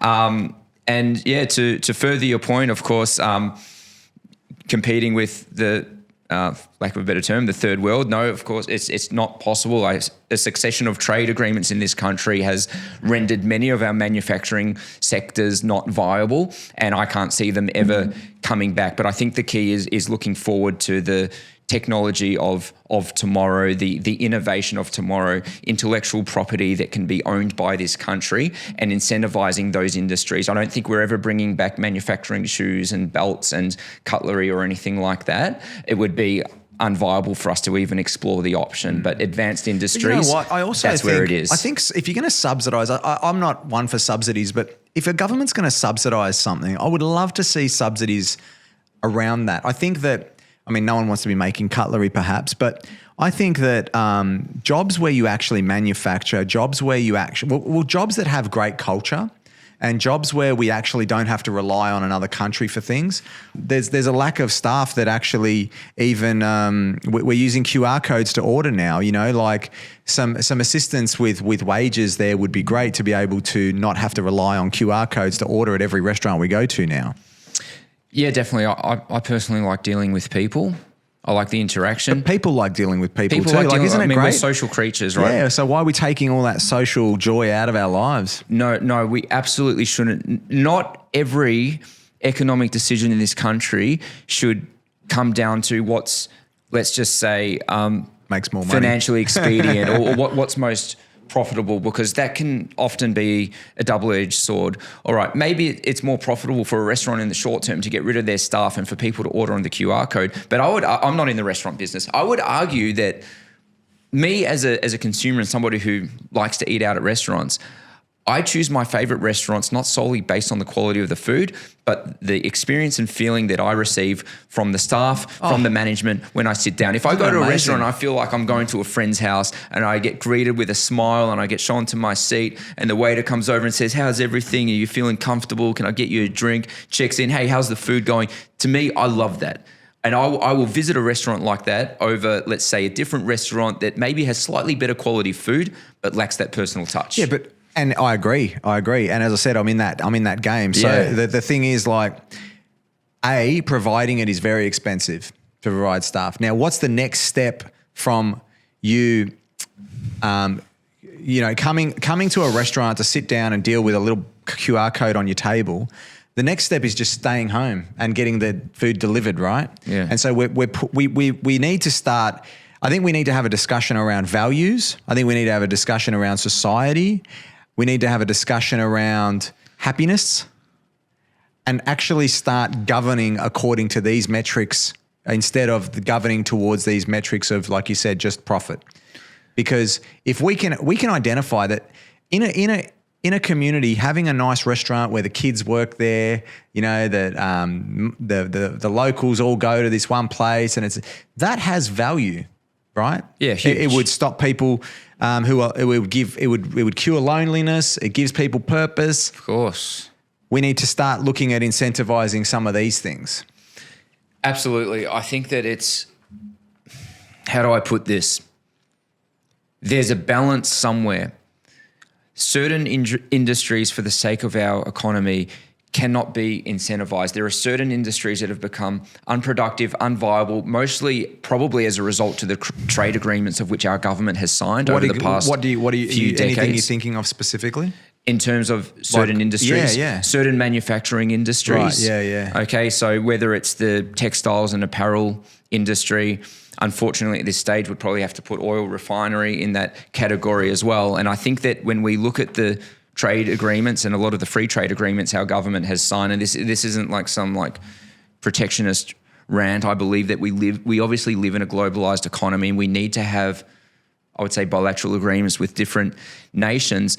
But due to the rendering of many of our industries becoming unproductive and unviable due to free trade agreements, there are many industries which, of course, shouldn't be propped up and should not be rewarded for what they have become, which is unproductive.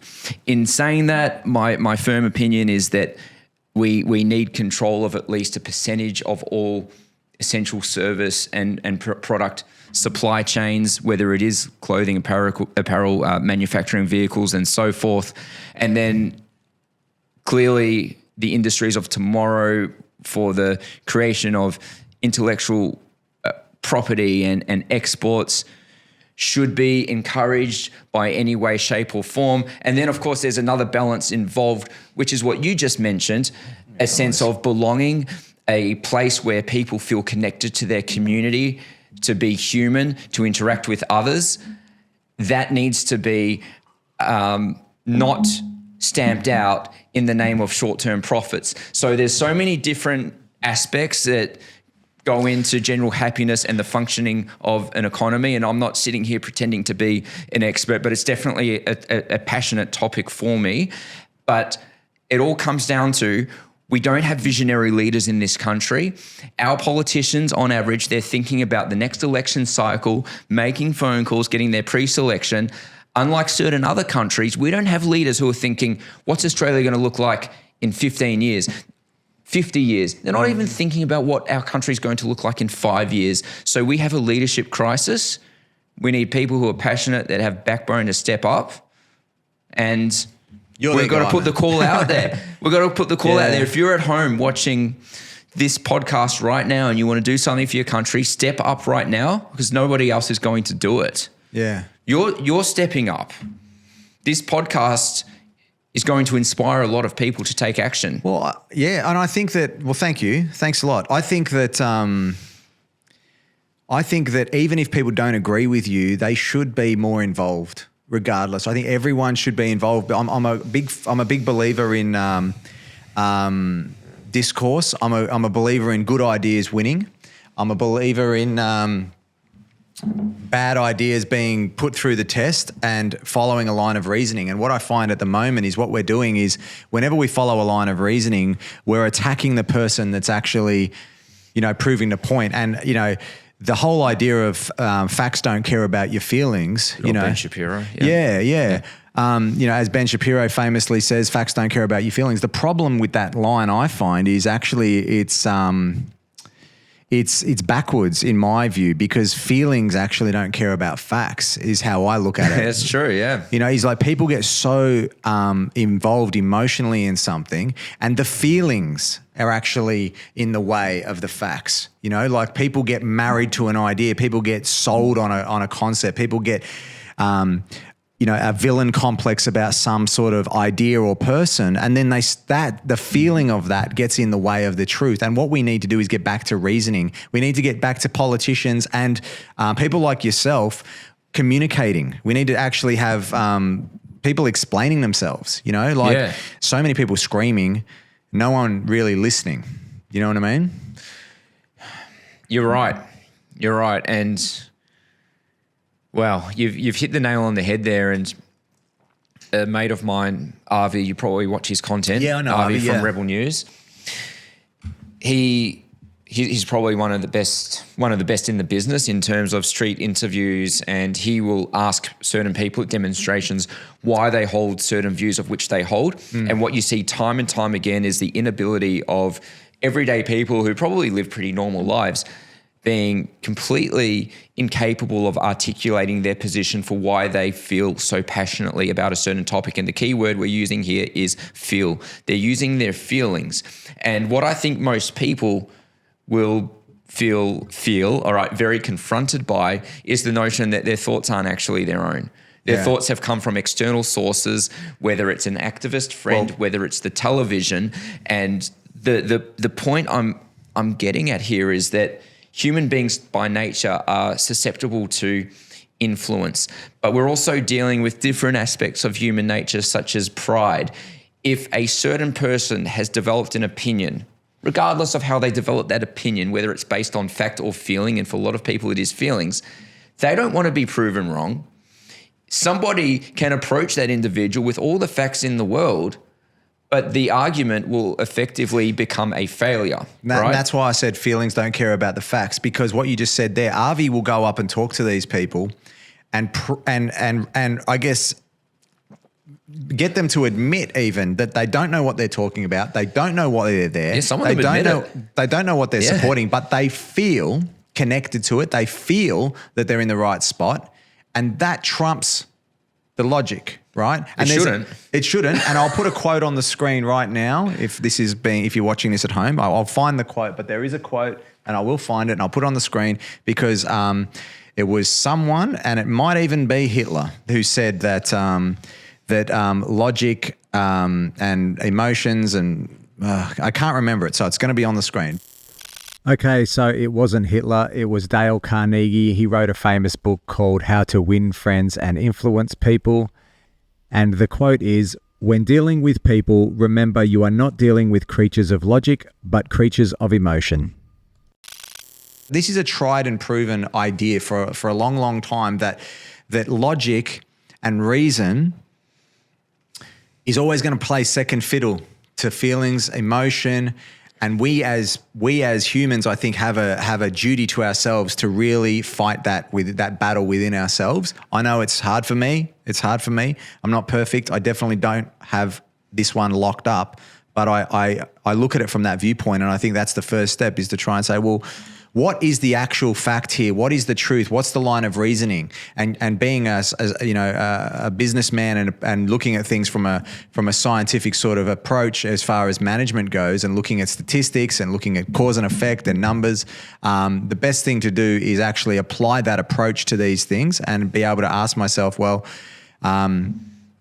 is that actually, even if it pisses me off, is that really the right answer, or is that the right thought? You know? Yeah, so I think that almost nobody likes to be beaten over the heads with facts, logic, and evidence, especially for opinions that certain people hold very close to their heart. When I ran my show, my independent news show, MCJ Report, I tried very hard to stay away from making absolute definitive statements, and I preferred to use the method of asking questions. And I think we need more of that in this country. If something doesn't seem right, ask somebody a question, let them try and work it out for themselves. I think that we need to foster a culture of question asking and using critical thinking, because it seems that to a great extent that's flown out the door in replacement of just blindly adopting dogmas without people necessarily asking a great deal of their own questions.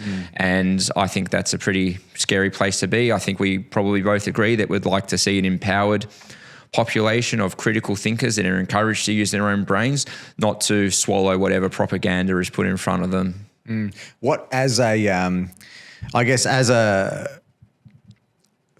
What's your thoughts on Australia as a country? And then what do you have to say to people who are feeling disenfranchised by the current model? Like, what does that make sense? It does, yeah. So the first thing I would say to everyday Australians is please separate our country from the government. I love Australia. I'm first generation Australian, or 1.5 generation, meaning one of my parents migrated, the other was born here. Australia has been a beautiful land of opportunity for so many people and given so many a second chance at life, a true country of giving people a fair go who had it rough from perhaps other parts of the world, but all people who live here. I'm very patriotic, and I encourage every single person to be proud of this country. For those who are feeling maybe not proud of our country due to political reasons, I just encourage them to say, hey, human nature and the character of people who serve within our parliament, state, territory and federal, they are not this country. They are not the spirit of this country. They don't represent the fighting spirit of our great Anzacs. And I just encourage Australians to look at everything that's great and beautiful about our country. And if they don't like the political system, if they don't like the bureaucracies, if they don't like the healthcare system, then get involved and be part of the solution and stop complaining about it. What would you say, what's your viewpoint on the First Nations, I guess, Australia Day, Invasion Day? I mean, this is something that I, as someone who grew up thinking Australia Day was the funnest day of the year, and Triple J's Hottest 100 and parties with friends, and something I really used to look forward to has become a day of controversy and a day that I really don't enjoy and I miss, and it's something that I'd like to resolve. What do you have to say on that matter? Yeah, it's a really tricky one, isn't it? So in response to our Aboriginal brothers and sisters, I love them. They're our fellow Australians, and we need to find a way to live peacefully and happily with one another. But I think a lot of the do you have dialogue with them, with your party? Like, our party does. What my secretary actually is very involved in Aboriginal communities out in the eastern region of Victoria. A lot of the polarisation, I really do think, comes from some very minute sections with people who are activists, and many of them actually only having maybe very small traces of Aboriginal ancestry, stoking the flames of division. I think that a lot of First Nations people in this country just want to live in peace, in harmony with white people and people of European background. I hope that there can be some sort of amicable solution moving forward. The current system clearly isn't working. We see rates of crime through the roof in Aboriginal areas. We see such tragic examples one time after another of crime and abuse and alcoholism, and we're desperately looking for ways for that to end. And of course, we see an industry funded by the taxpayer lining the pockets of different lobbyist organisations and advocacy organisations and government departments without actually achieving the ends of which they claim, which is advocacy and action for the betterment of the quality of life of our Aboriginal brothers and sisters, and they're failing tremendously. So clearly there's problems with the funding programs, or more specifically, the people of whom are running these programs. We need unity. And I believe that people such as Warren Mundine and Jacinta Price, they are the right people to lead the charge on, let's just say, maybe this is not politically correct, black and white Australian relations. Put Jacinta Price and Warren Mundine in charge. That's my opinion. When it comes to Australia Day, I hate that it's become a polarising day and that people are scared to say Happy Australia Day. And January 26th, it's not even the date that the European ships arrived. I personally would love to see everybody put their differences aside and just get together and say that, hey, this is our country. We love our country.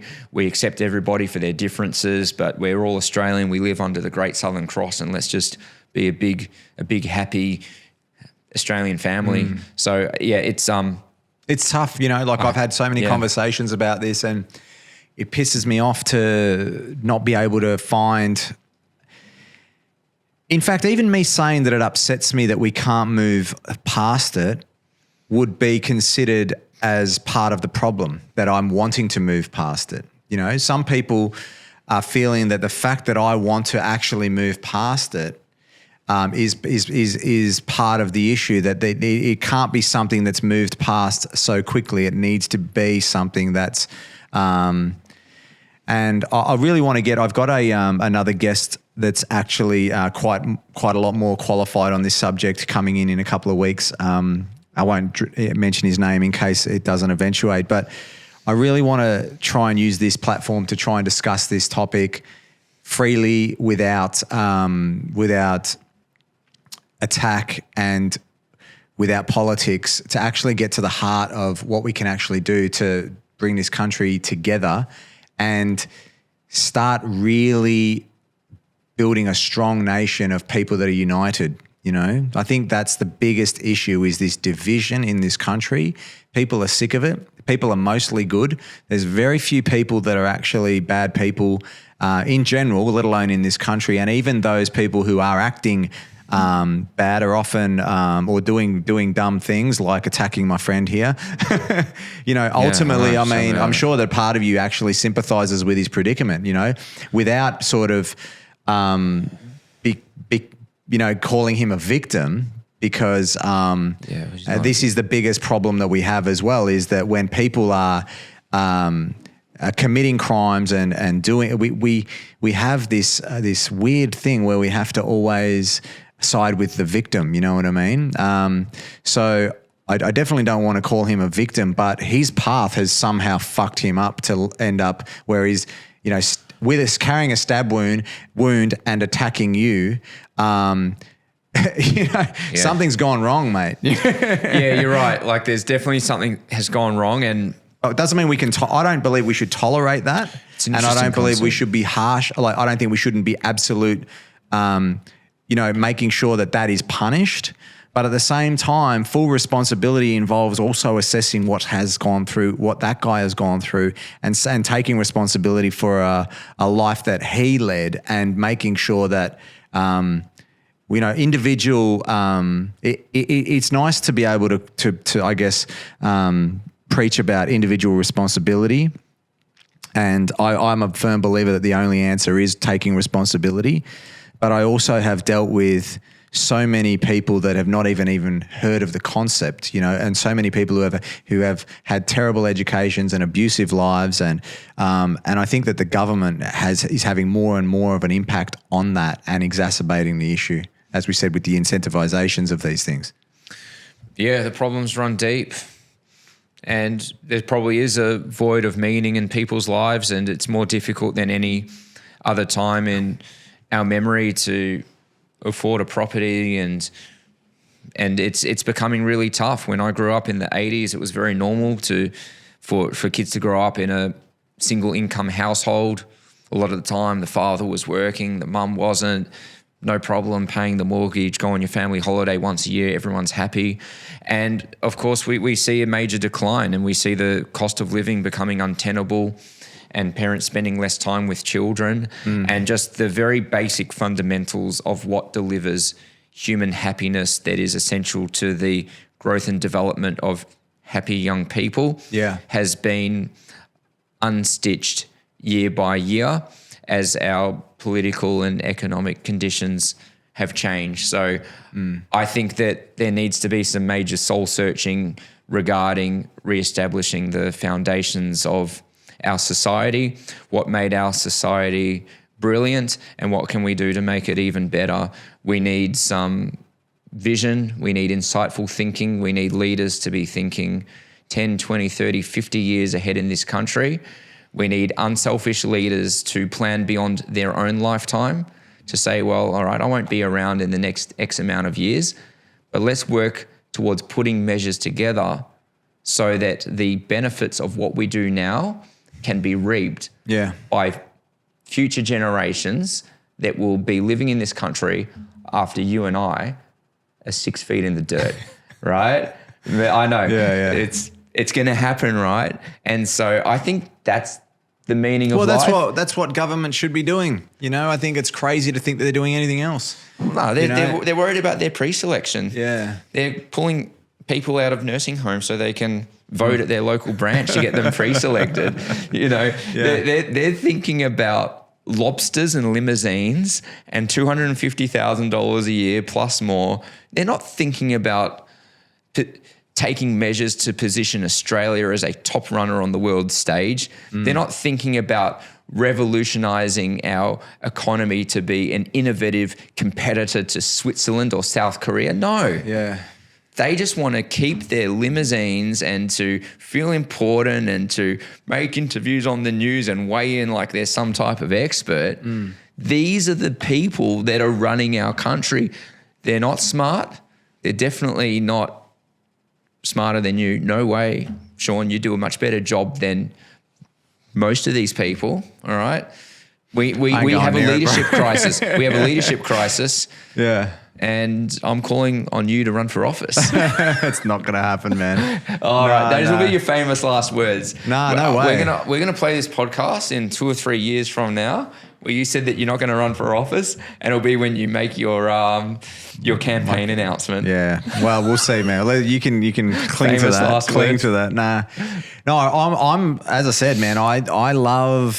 I love getting people to talk, and I love learning. Like, I think that the thing I love the most about doing these podcasts is listening and thinking to myself and questioning myself and what I think, because I'm trying to do my best. I want to be the best person I can be. I want to make sure that I talk to people with all the different viewpoints. Yeah, no and doubt. people need to do that. I think that's something that we don't do enough of. There's so many layers to life. There's so many layers to the things that we actually, every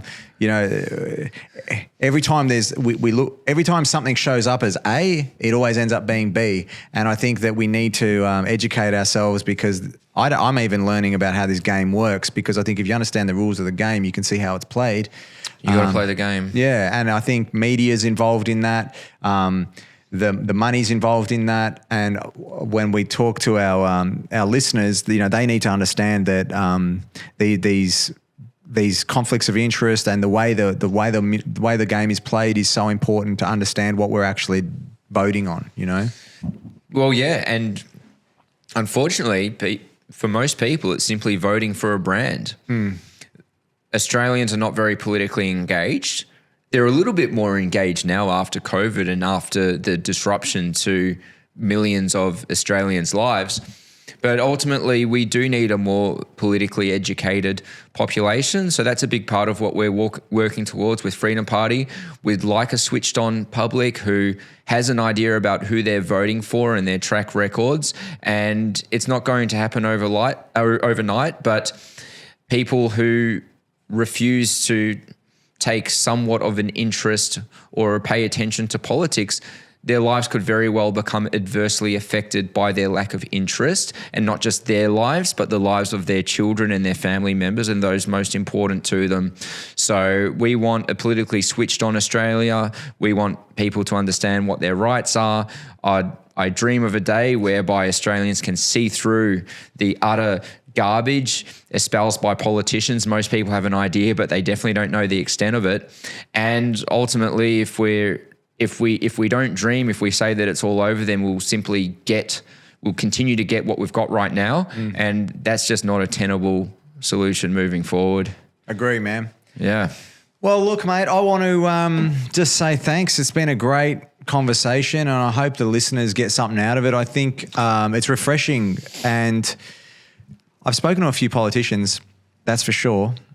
I can tell that, there's an authenticity, and even with people that, like at the other end of the spectrum, there is an authenticity. And this is the problem we have with the two parties, I guess, Labor and Liberal, is their biggest battle is authenticity. I think they are being lazy in connecting and doing what they are, and that's not to say they all are. I'm sure there's a few in there that aren't, but that's the general outlook. That's a general sort of perception I get. So well done on being authentic, man. Thanks for coming in. We'll wrap it up there. Is there anything you wanted to finish off on? No, I just wanted to say thanks a lot for having me on. Oh, cool, man. You've set up an incredible podcast. Thank you. Your podcast will become a major force for positive influence in this country. I wish you nothing but the best of luck, and you've got my full support. So thanks a lot for having me. Thanks. I really appreciate that, man. Thanks. Beautiful. That was good, man. Thank you.